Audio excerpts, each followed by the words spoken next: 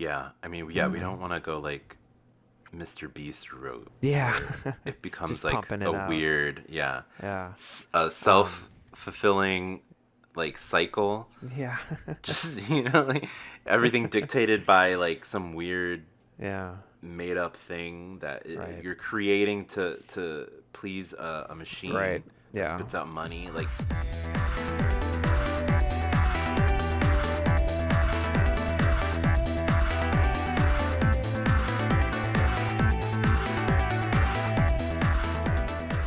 Welcome to the Creative Navigators. we are two unlikely friends exploring resistance by examining the intersection of the creative process, productivity culture, and artistic expression.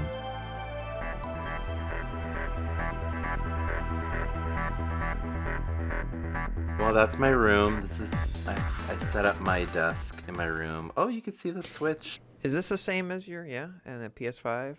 Is this the Hmm. same where you have your like drawing desk set up, or is that a different setup? Yeah, it's that desk. Okay. It's one of these drawing desks that it'll, it's adjustable. Mm-hmm. So I can do the diagonal thing like a drafting table. That's good for drawing, and then it'll go down flat so I can use it for this. Okay. Very cool. That's when I was first learning guitar, it was like you have to have it just sitting out in the middle of the room, or else you'll never practice. So I'm sure Yeah. it's the same drawing table.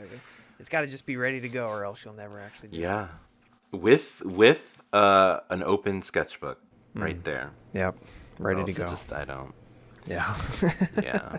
Yep. Weird too, because I think I had like some kind of weird semi breakthrough in therapy, which I went earlier today. Oh. Speaking about all this stuff, because I'm that's what I'm talking about in therapy, like Mm. drawing and career work, all that Mm. stuff.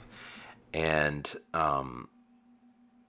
we were talking about I really was just kind of coming to the conclusion that, oh yeah, because I was talking about that I was fasting this month because I've been Mm. fasting Mm. um, in observance of Ramadan, and then I was just kind of like reflecting, oh wow, why is it easy for me to stick to something like that Mm. for a whole month, right? But I can't like just do because I kept thinking I keep thinking about stuff and it's I'm that's the anxiety part, right? Like Mm. just overthinking about something over and over and avoiding it. But I can kind of like commit to doing something like this that is more about self-denial and not doing, Yeah. something that I do like to do. And but I find it hard to kind of just like stop thinking about the thing and then just do it. Just like Right. go for it. And then it just became like this whole thing of like, oh wow, am I like am I denying do when it's something that's like pleasurable uh something like that, like do I have some kind of weird like thing where, oh, I like punishing myself but not so much indulging, or I feel guilt about like Mm. getting into stuff like that, and it's like, oh, I don't know if it's exactly that, but I think there's something there There might because be a component there, yeah. I start realizing like, yeah, it's like if I've I get into this stuff of um like self-denial and like um depriving myself of something, Mm-hmm. and I'm like, that's fine.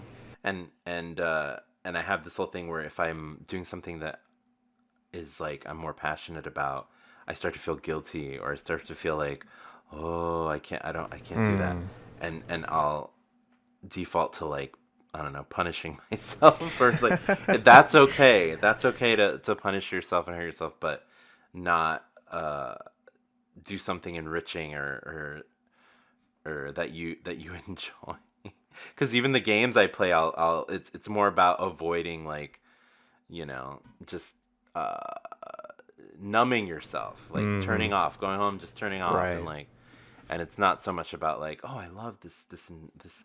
I'm so into my hobby of gaming, and it's like I'm mostly playing a game that doesn't really take a lot of mental Mm-hmm. energy. It's like brain dead. It's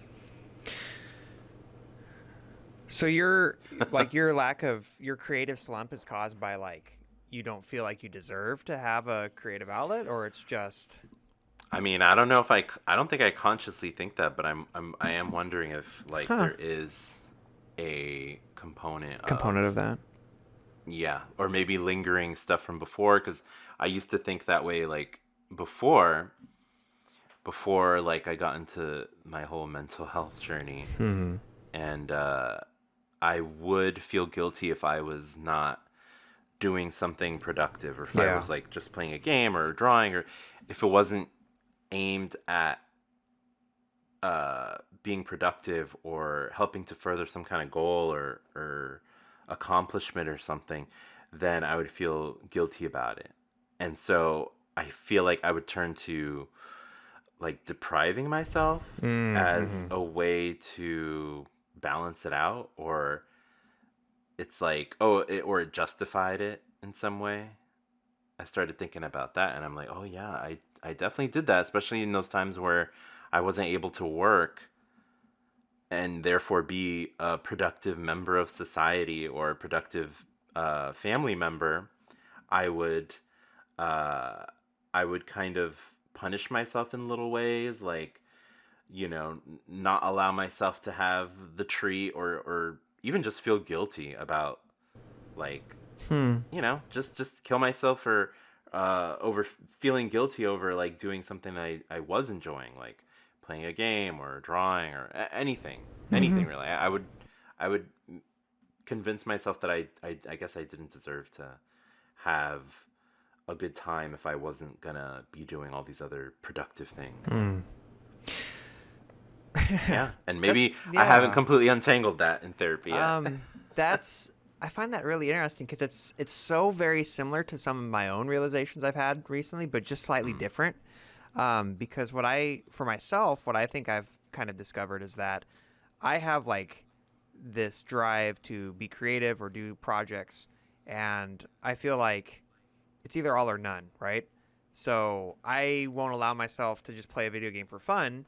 I want to stream myself playing that game, record it, edit it, upload it to YouTube as a review slash some sort of content. And so like I mm-hmm. don't want to do all that work, so I just don't do any of it. I don't even play the video game in the first place. Wow.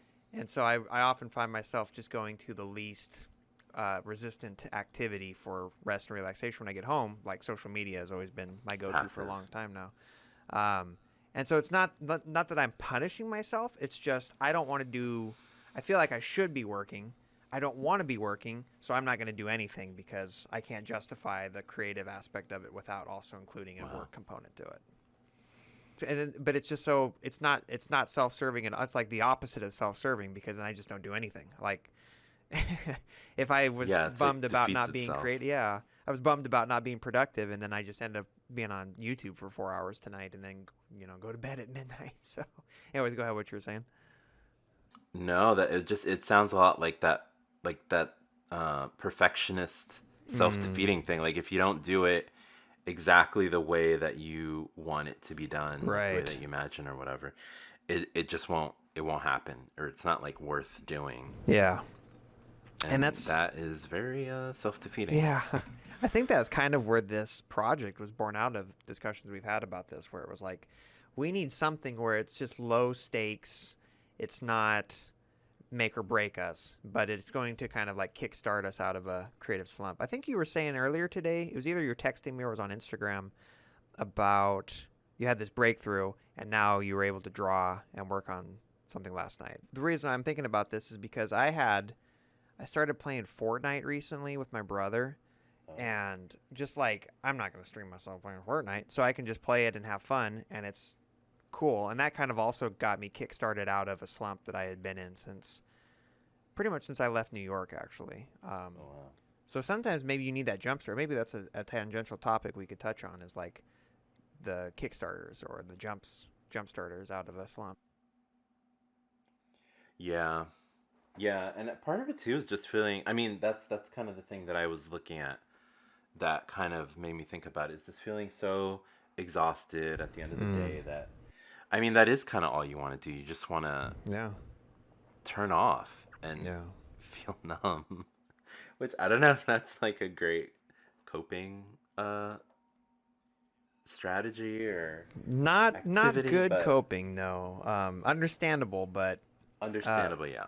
I there's a YouTuber who I watch, and he talks about creation as self renewal, and Mm, like the thing that we need to be doing to recharge ourselves is the thing that we don't have. We don't even have the energy to do that thing, the creating self expression, taking care of yourself, because. And I exactly. think this is kind of related to what we're talking about, like how capitalism kills creativity. That's kind of our Uh-huh. little tagline for this episode, is why capitalism kills creativity. We are so exhausted and burnt out and disconnected from each other and community, disconnected from ourselves, that we don't even have the energy to do the thing that would give us more energy. Yeah, yeah. And it's like going to the gym, exercising. Like we know. In fact, that's one of the things that as I was reading about like creative slumps and things like that, that's one of the things they talk about. Like, your physical health, your make Mm-hmm. sure you're exercising, getting enough sleep. But even that itself, it's Yeah. like we know the benefits, and I know how I feel after like going to the gym or taking a walk, going to the park, all Mm-hmm. that stuff. It's like that it's gonna make you feel Yeah. better, and the thought of doing it or just having to get up, it's like the the way that like I mean, maybe it sounds like a cop out to bring up capitalism, but I'll do it. I don't think it's a I'll cop cop out. out. I I think think it's the 10-pound elephant that nobody ever wants to, or 10-ton elephant that nobody ever wants to actually name and call out. yeah, I mean, we're so all of our energies that could otherwise be creative or bent towards renewing ourself are already used up in the service of capitalism, in the service of a job that Mm. is keeping us alive and with a roof over our heads. Hopefully it's barely enough for that, Yeah. but all that energy is going towards keeping ourselves alive within a system that is not really equipped or actively antagonizing toward uh, like creative efforts. It's so interesting how capitalism is so much about the individual and atomizing us, but at the same time denying anything Mm-hmm. like that is like a unique effort towards us. Yeah. It wants our individuality and to be used towards just consumption, not toward anything Right. else. Whether it's like helping us, because ultimately us as individuals are kind of expendable. We're just what is it? Grist for the mill, Mm. basically. Yeah. Yeah, that's such a. One of the points that we had put in our document is how a lot of it really is circumstance and privilege, because you see some people of artists who kind of make it, and then you hear their stories, and it's like, well, they actually had a lot of help and support, and maybe they had parents who take care of them, and but then the other thing I start thinking about too is like there are some people who are their desire to be creative is so, like, it burns so much in them that they can't not participate in their art. So there's kind of the whole spectrum of just people who, like, they have to do it or else they wouldn't be able to survive, versus somewhere in the middle. I think is where we find ourselves right now, where we're doing okay, we're surviving, our jobs is paying our bills, but it's also draining us enough that we don't want to, or we don't have the energy to like expand and grow and work on our creative endeavors. Yeah. Yeah. Yeah. That consumption point that we keep coming back to too is like, we and I if I ever edit all these episodes, well, we've talked about it quite a bit. Um, create consumption is so like easy, and a lot of what we consume is like media junk food. Basically, I think social media pretty much unilaterally is like media junk food. And so something I've been doing that has been helping is, if I'm going to be consuming, I'm trying to make it, either be a book or actually watch a movie instead of watching like a YouTube breakdown of a movie. Actually watch the movie. Um, and so, like little steps to get back up to that point where you just have the habit of creativity and working on personal projects is, I'm not going to do like the least effort consumption, I'm at least going to step it up, and then from there step it up from there and step it up from there, and then you get back to the point where it's you have enough of your own drive to get back into working again. Yeah, yeah. So much of it is kind of breaking habits and breaking out of like the routine because it's like The slump. I feel like we really kind of get used to uh, the routine, even if it's not helping us, even if it's we're Mm-hmm. not happy with it. But Yeah. it's a thing. I think our brains just want to always have like a thing that it can just default to Right. with the least amount of brain power. It takes so much effort to Yeah. break out of the thing that we're used to, even when we're just deeply unhappy with it. Yeah. Um, I, um, I- and if you don't have that energy to do it, it's yeah. very, very almost like insurmountable. Yeah, it really is. Like that's that whole argument about pulling yourself up by your bootstraps. Mm, It can be done, but it takes a lot of willpower and ideally some support and help along the way. I think about I go home every day from work with all the intention in the world to do something. And then when I get home, the only thing my like it's instantly just my body, my brain just go, "No, I'm just going to lay down." Take off your shoes, lay down for a bit, and then the next thing I know it's bedtime. And it's, so I'm even getting to the point where it's like I need to just bring all of my stuff to my work office and I'll just stay here, keep working on personal projects, and I only go home when it's time for bed. So oh something to wow. I mean that's why they call it slumps, right? Like you're saying, it's that groove, it's that rut that you get stuck in, and to get yourself out of it. You can sometimes get yourself out of it, but ideally you need some help and support and community. And I think that leads into really well into this topic because that's the point of this project has been, as long as we've been talking about it, is creating a safe space for people to find community and connection, and that would hopefully encourage us all mutually to get back into working in our artistic projects and endeavors. I was just gonna take some of these talking points that we've written down. Hmm. So, because one of the things we talked about when we were planning this episode was it might be harder when creativity is your job, because the stakes are higher, right? So, what do you think about we talk about capitalism, so the job you have to do to provide for yourself to make a living. What's the difference between having like a job you just show up, clock in, do your job, clock out, go home, versus like something you do where you're doing creation for your organization that you work for, you make videos, you do interviews. What's the why is it so much harder when you're doing that? Like shouldn't that lead naturally into your own projects, or why does it kind of drain you at the same time? Well, it's not really for you. It's you're kind of doing it in service of another goal that you may or may not be very connected to. Mm-hmm. It even if it's something that you kind of believe in, I think it could be more. It's a lot easier to do when it's something you believe in.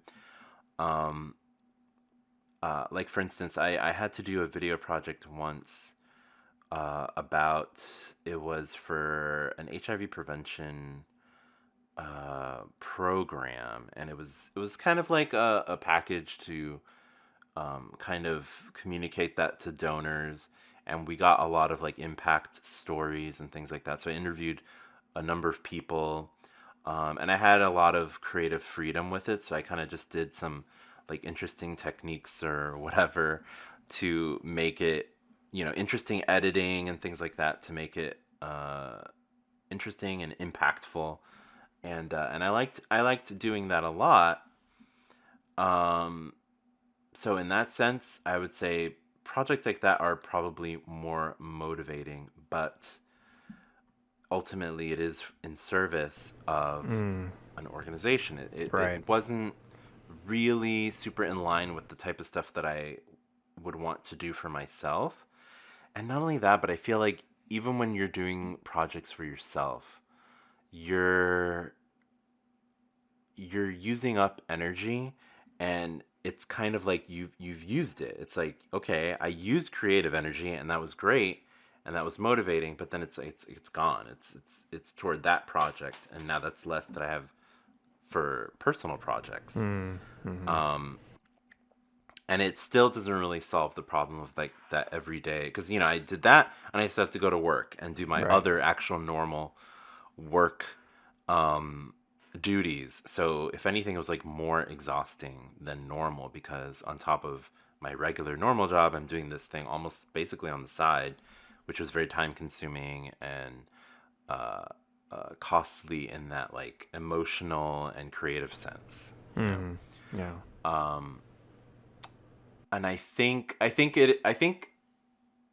it's different than like a personal project, but also I feel like there's other stuff going on with the personal project. There's more investment and there's probably more fear involved. Whereas with if you're doing something for work, you may not have as much emotional personal investment, and so you you might not feel that if it might not feel as much of like a personal failure. It might be more of a professional thing, and so maybe there's more distance involved, and you're able to kind of disconnect from it. And if it's something that you really don't believe in that much, I feel like that can both be easier and harder because it could be harder because it's hard to put forth creative energies on something that you just don't really care about. But then it could be easier because yeah, you have less of that investment in it. So it's probably not going to be your best work, but it's also not gonna take as much from you. That's a good contrast. Like, it's your job, so you have to do it, but you might not put as much of your heart and soul into it. Versus personal projects is like you're not gonna not eat tomorrow if you don't do it, but Right.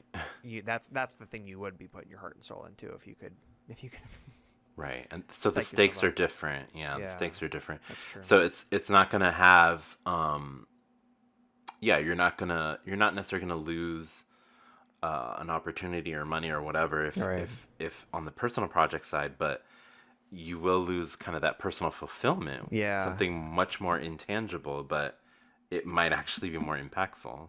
So what like that just made me think of something too, because you will hear that every now and again about like, oh, if I had only started my project a year sooner, I would have, had that much more success from people who have done it and have found success. So I think that might also be a component for myself with I like the stakes are kind of high, but they're really not kind of high because I think we're still writing this. Anybody can become a YouTuber, a podcaster, a professional artist. You just kind of have to work at it and keep going. And maybe the first year or two you don't have any traction. Um, and so again, it's like this that for me those stakes are kind of high. They're kind of there, but that's also another thing that contributes to me never wanting to actually do anything because it's like, well, if I start and then I fail, then I have nobody to blame but myself. But if I kind of keep pushing it off, the dream of being able to make a living from my art is kind of always there. Yeah, so in that sense there's like a lot of fear around it, and Mm-hmm. it's an anxiety because it's like you're trying to avoid that bad feeling, Right. really. Yeah. Because that's what it is, because it's like a lot of times it's not even anything hard. Like when I think about drawing is not, it's not like drawing is ostensibly fun. So it, the only reason I would avoid it is because of fear Right. of same thing, like the failure, fear of like not producing something that you like, or just fear of all the surrounding feelings, like the negative feelings, the fear, the Right. anxiety that has kind of built up around it, and has kind of turned it into Mm-hmm. a negative thing. That's almost like the double hit of capitalism. Like you're so tired from surviving capitalism that you don't have the energy to create, but then the little bit of energy you do have left over, you feed the fear of what that would do, the fear of failure. The stakes are so high of trying to make it as an artist in a capitalistic system that you're like, I don't even want to go down that path. I'd rather just continue to do my job, do my stuff I got to get day by day, and then never even do. So that's something I would love to like dismantle is finding somebody. And I know you've talked about doing interviews, so this might be a good thing to pursue in the future. Is people who have somehow broken through Yeah. those two things, and what's their secret sauce? Why have they been able to, um, how have they been able to overcome that? Yeah, I feel like that's probably the number one question that I would want to pose to anybody that would Yeah. interview. Like that's like the number one thing. Because, like, I'm thinking about myself and my circumstances right now. I have quite a bit of free time, even in my job. Mm. I have enough disposable income at this point, and I'm not at all tired, exhausted when I get home. Like, what's really stopping me from just? I've always wanted to make an RPG Maker game, right? I've always wanted to write a novel. I've always wanted to do this stuff. Like, what's the thing that's missing? What's gonna get me to that point again? So that's something we'll have to keep exploring as we're working through this. Yeah, yeah. Do you feel like the slump started at some point in your life and then it just got worse, or do you feel like it ebbs and valleys? Like, is there highs and lows to it? Um, I think that I think that it did start at some point and has just kind of kept going. Mm. But it's funny that when I think about that, and even as I'm looking at kind of like a lot of my notes on how to deal with a slump, Mm. it does remind me of things like, for instance, I read at some point, I'm not sure where, but I remember reading that Octavia Butler suffered from Mm. Mm-hmm. a writer's block for a very long time.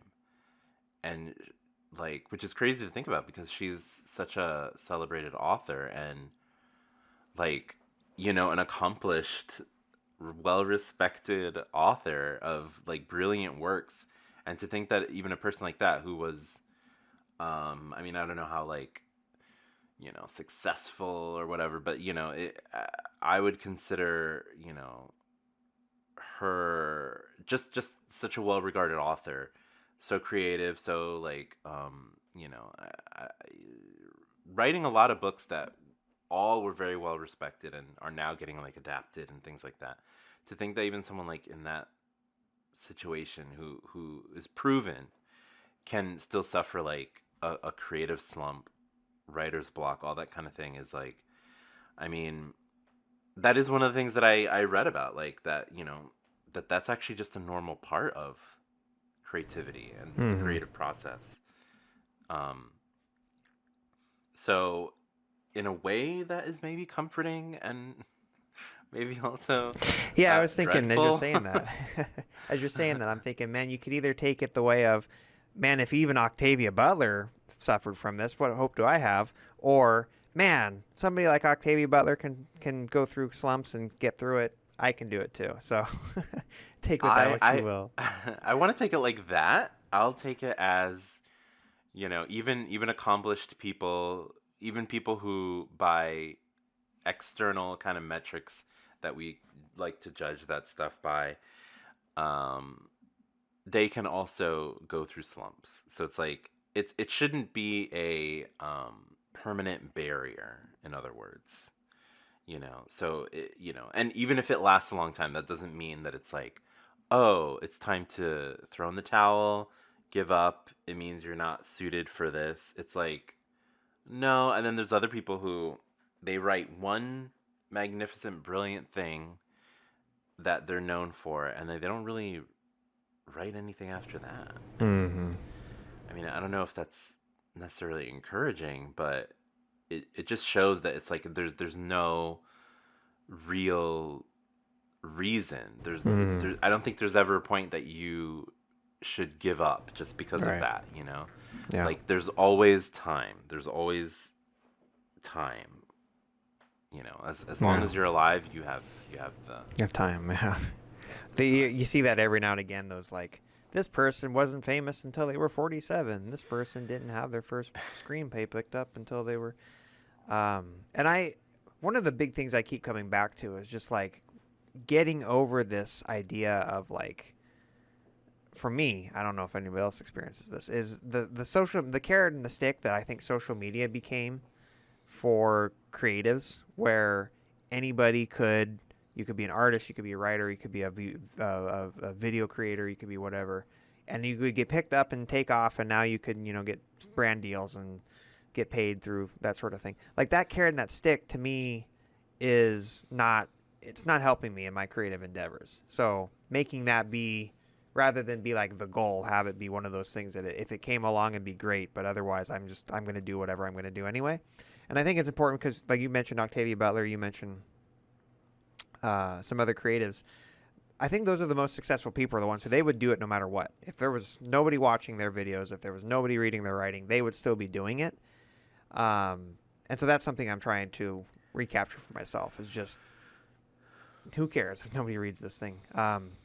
So when I was a kid, I wrote Animal Crossing fan fiction when I was in 5th grade, and there's nobody who ever read that, and it was just something I did, and I loved doing it. So I got to get back to that desire to create at all costs, even if, even if the carrot on the stick is just completely gone at that point. Yeah. And even thinking about it beyond like just incentives Mm-hmm. and that kind of motivation, like, I mean, you can also consider like what is it that you want to say, like what is it that you want to put out there in the world, because that's a big part of it too. It's like all those people, I'm sure they would continue doing what they're good at and what they love to do, just because not only does it bring them pleasure and it makes them feel fulfilled and all that, but they probably had something that they wanted to say, and it's like it Mm-hmm. doesn't even have to be a big like a message, right? It doesn't have to be Yeah. like this like world changing thing. It could just be, well, what I want to say is I just want to tell this story that's in my head. I just want people to enjoy it. Like No. that's something itself. And I feel like if at minimum you have that, that could be a way to motivate oneself. It's like, That's a great point. what is the kind of story you like? What is the kind of story that you want to see, and then Mm. make that, and it Yeah. doesn't.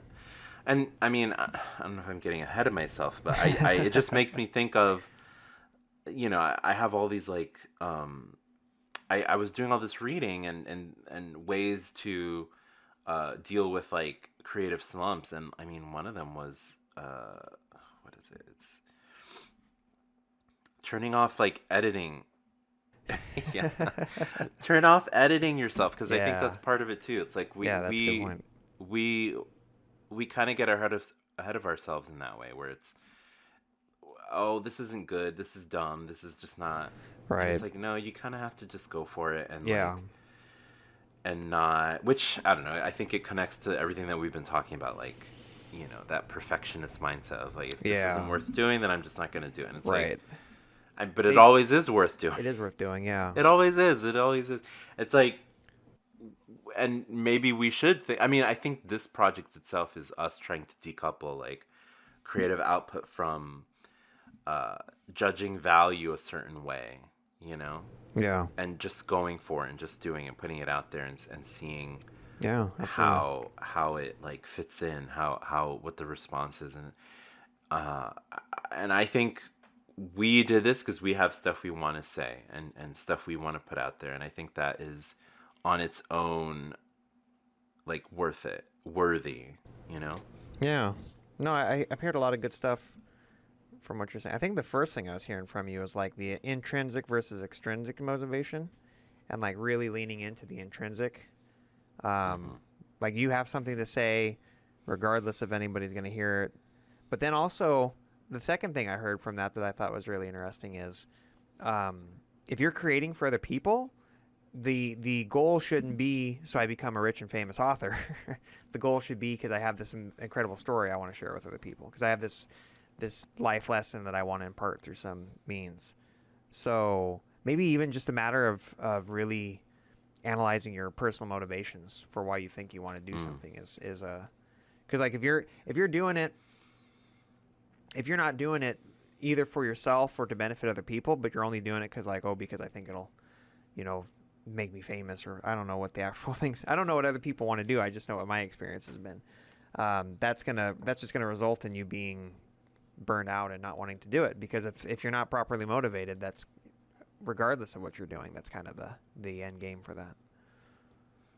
Yeah, I mean, yeah, we don't want to go like Mr. Beast route, Yeah. where it becomes Just like pumping a it out. weird, yeah, Yeah. self fulfilling like cycle. Yeah. Just like everything dictated by like some weird Yeah. made up thing that Right. you're creating to please a Right. machine that Yeah. spits out money. Like, that's not that is not one that is not a reason that art exists. That's not a reason why stories exist. Like, if we go back, to oral traditions and things Yeah. like that, like, people told stories because I think it all comes from like connection, Right. like trying to speak to other people either Mhm. directly in the community or to people who haven't even come to exist yet, Right. and like this, it's communication happening through the ages. It's, people, I think about, I really, maybe it's cliche, but I think about all those like cave paintings, and especially the ones of like, you know all the hands on the walls and everything. It's like that to me is just so striking, so powerful to think about, like people who lived so long ago, um trying to like just tell the story of their lives and the story of their existence. Mhm. Just Yeah. think about like all those people, especially the hands really get to me, where it's like, that's like proof of life, right? Like, they were here, they were there, and who knows what the significance was to them and why they were doing it and the circumstances and everything. But we have that there still, Yeah. Right. people were, whatever they were trying to communicate, whatever they were trying to put out there, we don't know. But the fact that they were trying to, because Right. that's what it is. What other reason would there be except they were trying to communicate? They were trying to, assert their existence. And I feel like Yeah. that's what the creative impulse is. It's, we want to show that we were here, and Yeah. we had thoughts, ideas, existence. And I think that on its own, just to leave a mark, even if you leave a mark only on the people around you, like Right. that means something, you know Yeah. I think, and that kind of goes back to what we were talking about. You don't want to call out the capitalist component of it, but I think it really is like how extractive capitalism can be of us and our time and our attention and our resources versus like a much more communal focused.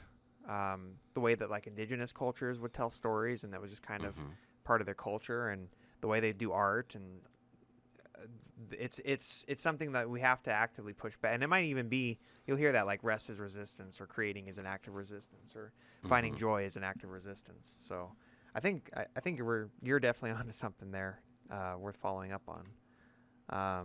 I wanted to go back to something else you were saying too about the turn off the editing mode, because that also reminds me of the turn on the faucet theory of creation, where if you're sitting there looking at mm. a blank screen or a blank drawing sketchboard, sometimes you just have to put pen to paper and put whatever, write your thoughts, write, make shapes, doodle, and then all of a sudden like that just, it just builds that muscle, it turns it on, and then little by little maybe the thing you want to create will come out of that, or maybe it's just doing the repetitions of actually creating something. Because I catch myself doing that. Like I want my first draft to be perfect, so I'm writing, and then I go back, and as I haven't even finished that paragraph, and then I'm already catching myself editing what I've written. Um, and then also Yeah. turning off that like inner critic voice of like, this is no good, this is. So there's a lot there to unpack about how the the critics inside of us, or the external critics that become internalized, and then that editing voice that you're hearing just getting started, getting doing stuff, and then of course all that ties back into the extractive nature of capitalism is doesn't give you the time and space to be able to do that, because it's so like, you got to do this or else it's gonna, your days are counting down, you're losing time, you're running out of money, you're not able to. So yeah, there's definitely a lot to unpack here. mm. Yeah, a uh, lot. um so what do you think about, so because we talked about, sometimes you just want to go home and you just want to relax. Maybe you have the intention of drawing or writing or something, but you're so tired from the workday that you don't want to do it, or maybe there's too many other distractions.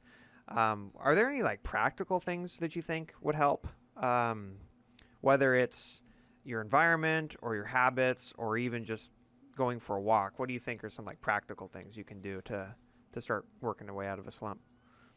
Right.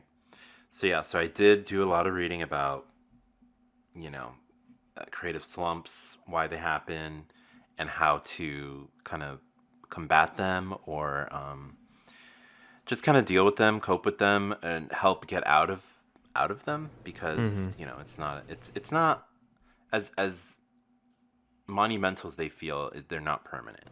Mm-hmm. Um, and yeah, kind of like reiterating what I had said earlier, like first is recognizing that it is a natural part of being a creative person. Mm-hmm.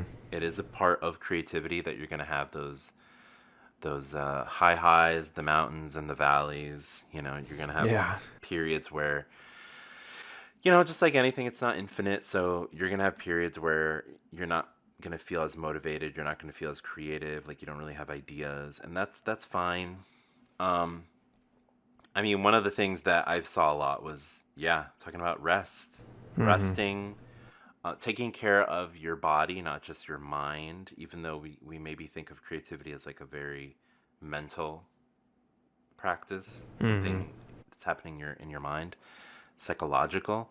Um, you're not just a mind in a jar. You know, you're a body too, and that's all together you, and that all adds up to your health.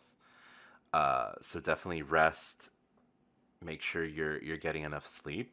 I mean, as basic as that is, proper nutrition, getting exercise, all of that stuff Mm-hmm. is just really important because I think, I mean, I don't have like a whole bunch of medical science to back it up, but I think we all can know like when we feel when you go for a run, you go for a walk, you go to the gym, I feel like you feel better. You're taking care of your Mm-hmm. body, and I think when your Yeah. body feels better, your mind is going to feel better. Yeah. And that's going to help you get out of a slump and also be more creative, I would say. Um and then just like other practical things, one of the ones that really stood out to me was obviously turn off like editing yourself Yeah. because I feel like that's definitely an enemy of just trying to, especially if you're cultivating a practice of like being creative, like you want to be a writer. Well, to do that, you got to write every day. I remember I had a Mm-hmm. teacher, an art teacher, who told me that he draws every single day, and that was one of the main lessons that he was going to like teach us is like whatever you take away from this, just take away of drawing every single day. It doesn't matter what it is, just do it because that's what's going to keep not just your skills fresh, it's good practice. It kind of helps keep your motivation going even when you don't really have ideas.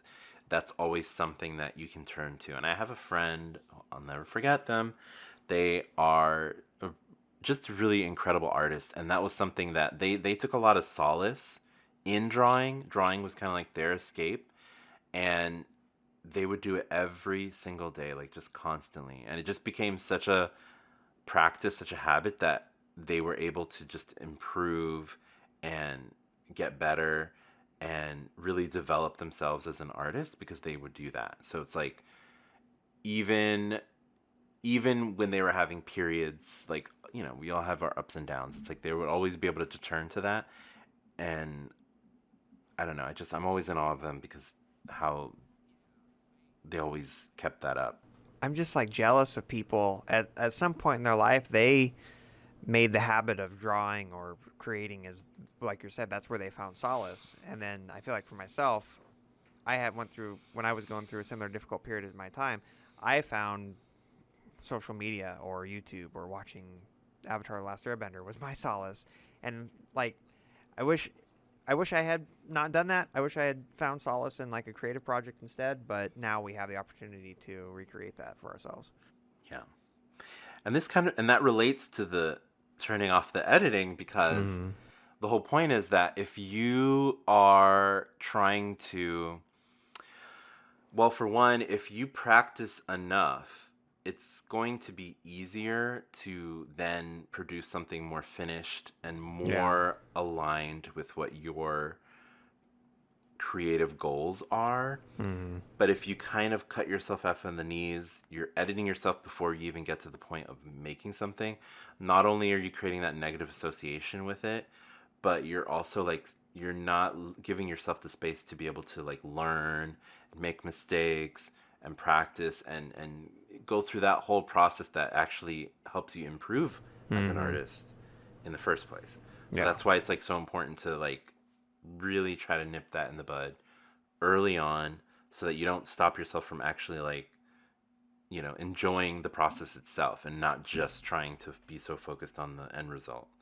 And it's just going to make a better thing in the end anyway. Yeah. Absolutely.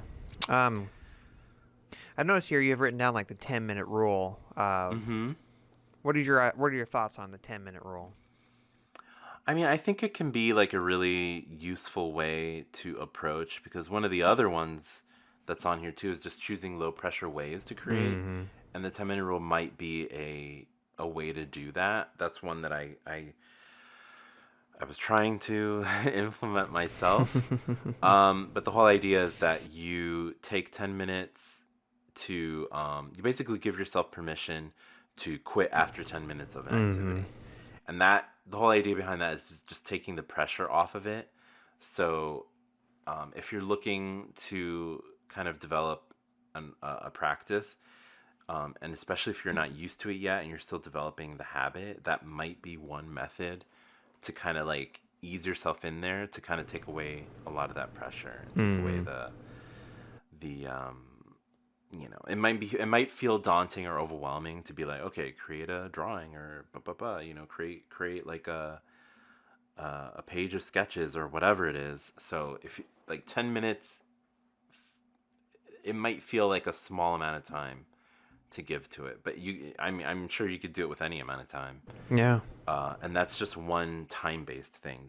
There's probably like a lot of other ways that you can kind of break down that goal into something that feels more manageable. Mm-hmm. So it's something. It's just an idea to start with, but there are a lot of different ways that you can like structure that as well. For sure. Those are. It's funny. Those are those kind of like, dude, bro, productivity hack type people will say that kind of stuff. Like there is the Right. kernel of truth to that, but when those guys say it, it's never tempered with like, yeah, but capitalism is trying to extract everything it can out of you. So it's like there is. Right. It's kind of like the whole exercise. Like you ever see that meme where, I hate to inform you, I went for a jog today and it did actually make myself feel better. I ate better today. It did actually make me feel better. So there is Yeah. there's these like practical things you can do to help out. I think another related to all that though is something that is uh, helping me recently is this notion of like laziness doesn't exist, and like Uh, radical kindness for yourself is also kind of a way to, ironically enough, you're like giving yourself permission. Actually, it's okay if I don't uh, accomplish something today. I'm not going to hate myself. You can't hate yourself into wanting to do something. So there's these practical things you can do to kind of like build the habit and establish of it, but then also tempering that with um, kindness towards yourself is actually going to go further than beating yourself up over it. yeah. Yeah. And I really was trying to put down. I was really uh, gravitating toward any kind of suggestion that was Mm-hmm. not super rooted in like that productivity Right. Yeah. like, type of culture. I was really thinking of ways that helps with like a practice in order to help Yeah. develop a better habit, let's Right. say, because it's not always about like trying to get to the destination. Right. Yeah. And I like that too because one of the last points you have under your bullets is reward yourself for doing a certain amount of, and so because I think the new approach that you and I are both taking to this is that it's not. It's like this is something we need to do for ourselves for our benefit. It would make our lives better. It would make everything better for us. And so we want to approach it from a way that's not like you're saying. It's not the productivity thing. It's not the extractive capitalist thing. It's the this is going to make me better as a person, as a community member, and that's the approach we're trying to take towards getting out of our artistic slumps. Yeah. And I do think that at some point some kind of negative association has been made, Yeah. whether it's that perfectionist thing or the capitalism of it all. Like there's been a lot of like negative feelings around it, and I think if you know, that's like the classic conditioning thing, right? Mm. Like turning Yeah. it around, turn it into more of a positive thing, a more positive association, then it does become like a more fulfilling thing, Yeah. I would say.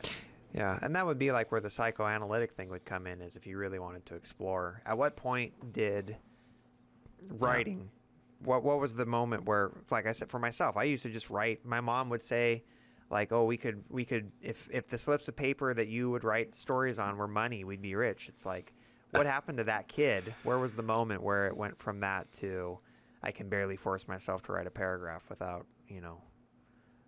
so yeah, there's plenty to chew on here, I think, for sure. And looks like, and you did a lot of research too, so that's really awesome. Some scientifically backed what to do when you have no motivation. A little Um, bit. so what do you think about? I'm trying to be mindful of the time. So Hmm. what do you think about, like? And I see you have some creative ideas and prompts, and this is as we continue to develop our community that we're hoping can join us for some of this stuff, or our Discord. What do you think about this idea of like parallel play? Parallel play.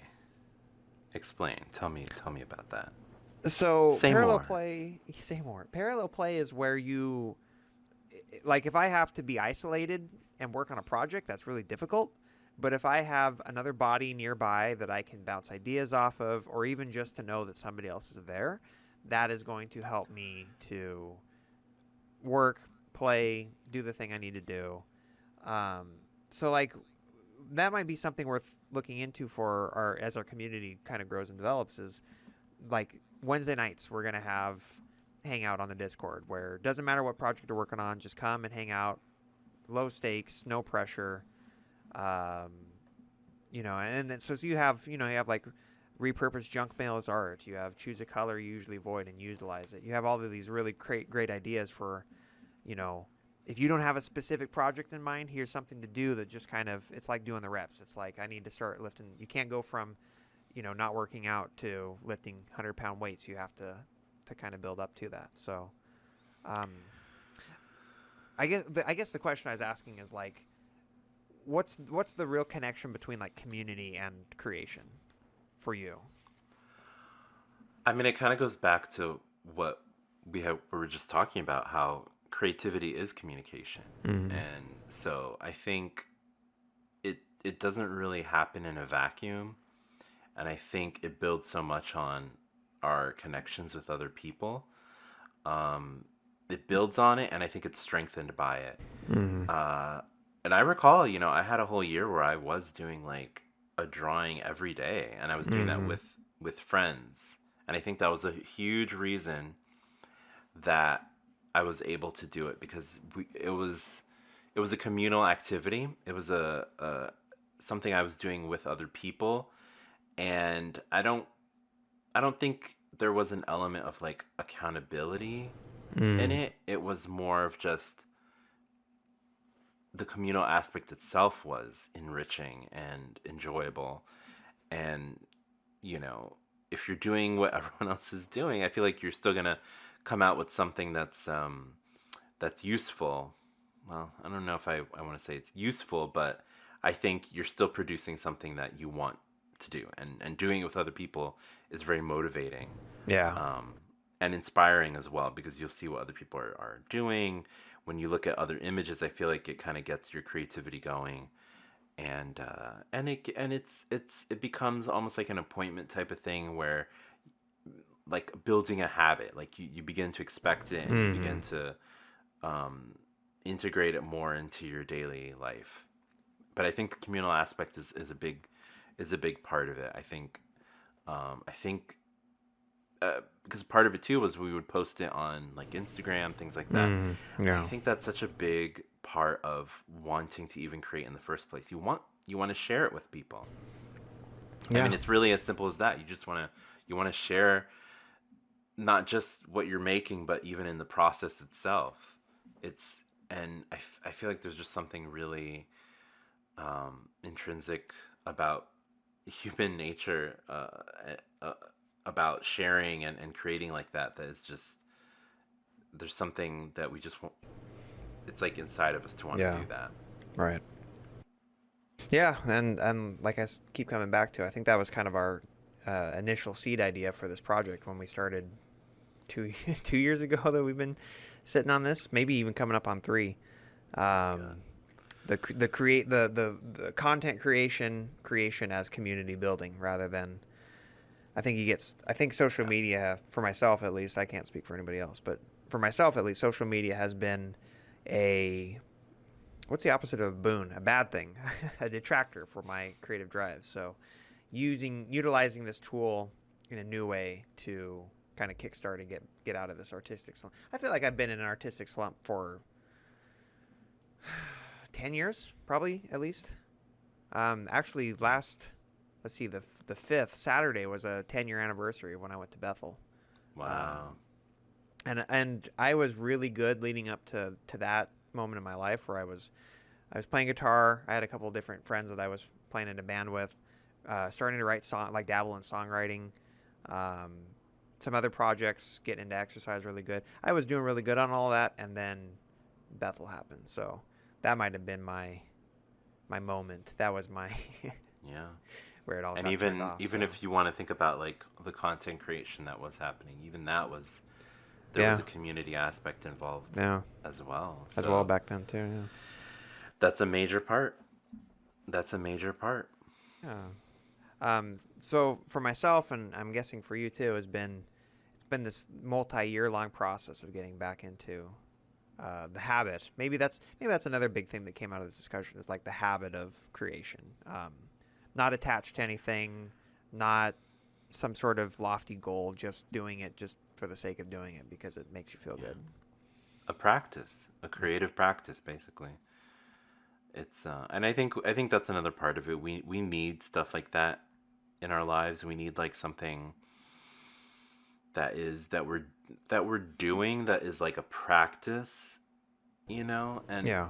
I think hobbies can be that. I think hobbies can be very creative. I think it engages the Oh, that's a creative good question. mind that way. Mm-hmm. Um, so I don't know. To me, it I think we need things that are like a practice, that something that we can do. I think that's why people are so drawn to things like sports and different types of hobbies that are really involved. You know, because you're learning and you're exercising and you're doing, and Mm-hmm. it's almost like a ritual, I want to say. And maybe we can even just call it rituals. You know, Yeah. I think we need rituals. I think we Yeah. need Oh no. daily practices, things that we do. We actually Uh, don't do well with novel. We like our brains like novelty all the time, but also it's not good for us in a lot of ways no, too. That's something worth exploring. Maybe a different episode. Is hobby the same as creation? Like, what's the difference between a Hmm. hobby and a creative habit or a creative practice? I don't know. I think a lot of hobbies are very creative in different. It depends on what it is, but Yeah. I think there's a lot of creativity involved. Because it's funny you mentioned sports because this is just recently. I had somebody just clarified for me that sports is performance art, and I'm like, Mm-hmm. There you go. sports is performance art. Yeah, It's yeah. we historically value it more because of the physical components and the kind of leftover uh, attachment to like conflict, war type Mm-hmm. of a thing. Mm-hmm. But at the end of the day, modern sports is just performance art. And it's like, oh, so jocks are just buff theater kids is really all they are. Yeah, and but I think also there is a lot of creativity in the decisions that you have to make. You Mm-hmm. know, if you're playing a sport, you're playing competitive. There's strategy involved. There's I don't know, and I feel like using your body Yeah. is in a way a creative act. Yeah. I don't know. Maybe I'm stretching the metaphor a bit, but I think there's something there. I kind of think we haven't stretched the metaphor enough. I feel like Oh, as a culture, we have delineated like sports from other forms of art and almost to our detriment, where we value sports as a culture for some reason, and we don't value art as much, but they're actually one and the same thing. So Yeah, I mean, I feel like it could have just been anything. Honestly, it could have been, we could have had, a world where like, I don't know, like Yeah. people watched people painting Yeah. as entertainment if they could make money off of it, right? Yeah. I, I that's where I say, like, one of the things that I think, I'm not an anthropologist, but I would be curious if the reason why sports became so embedded in our culture is because it was so similar to like warfare or conflict, growing out of like the Middle Age, because that Yeah. was the Renaissance and the Middle Ages, right? So growing out Mm-hmm, of that, mm-hmm. when we were heading towards the Enlightenment, was, I don't know, I'm just spitballing. I'm not an anthropologist. No, that sounds like it makes sense. It's some it I mean, there's all different ways that things can be like commodified, I think. Uh Especially things that are performance, cuz yeah, ultimately sports is a performance of other things, right? Right. Of other aspects of life. And there's a lot of identity involved. And I think anything that creates uh an identity association, uh you can create brands out of that. And I think that that is ultimately, like, if we're talking about how it exists like within capitalism, I think that that makes it very useful for Yeah. that. I would say that could be a whole nother episode, but I'm Oh pretty sure we already did. yeah. I'm pretty sure we already did an episode on identity association with I brand. think so. Well, I think that was a pretty good. This is our first video. We have like 15 recordings over the last 2 years of stuff, but this is our first Such video a- recording. So oh now yeah. it's real. Now I have to actually edit and get it uploaded. So. Now Um, it's really happening. So thank you for joining us. We're hoping to make this a consistent thing. More topics and maybe some interviews to come in the near future. So be on the lookout for all of that.